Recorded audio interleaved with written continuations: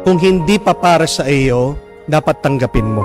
Bakit nalulungkot ka? Bakit nag-aalala ka? Bakit nabibigatan ka? Bakit walang tuwa? Kasi gustong makontrol yung hindi nakokontrol. Nagmamadali na makuha yung gusto na hindi pa naman nakapanahon. That is the source of our depression and frustration a lot of times in our life. Ganyan tayo nagkakraming. Mas gusto natin nagmamadali. Pero tingnan niyo po, what do we miss? Ano yung nawawala sa atin dahil sa pagmamadali? Yung tuwa, yung kapayapaan ng ating mga kaisipan.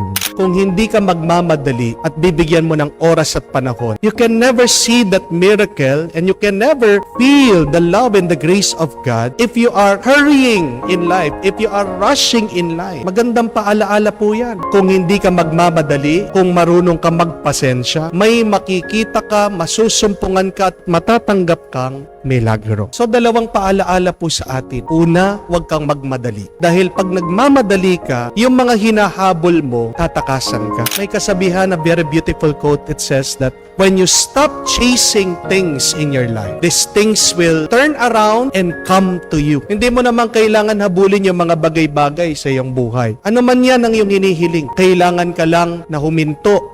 Sinabi ng Diyos kay Moises, "Be still and I will fight for you." Isang kailangan natin matutunan yan sa ating buhay na tayong walang tigil sa pagtatrabaho, sa pagmamadali. We have to be still and allow God to fight for us. Allow God to do His work. But secondly, be humble dahil nagpapakita ang Diyos sa mga mapagkumbaba. Ito po yung ating ipagdasal. Hilingin natin ang grasya ng pagpapasensya. Huwag tayo magmadali. Hilingin natin ang grasya ng pagpapakumbaba para makita natin ang milagro, ang pagpapala, matanggap natin sa ating buhay.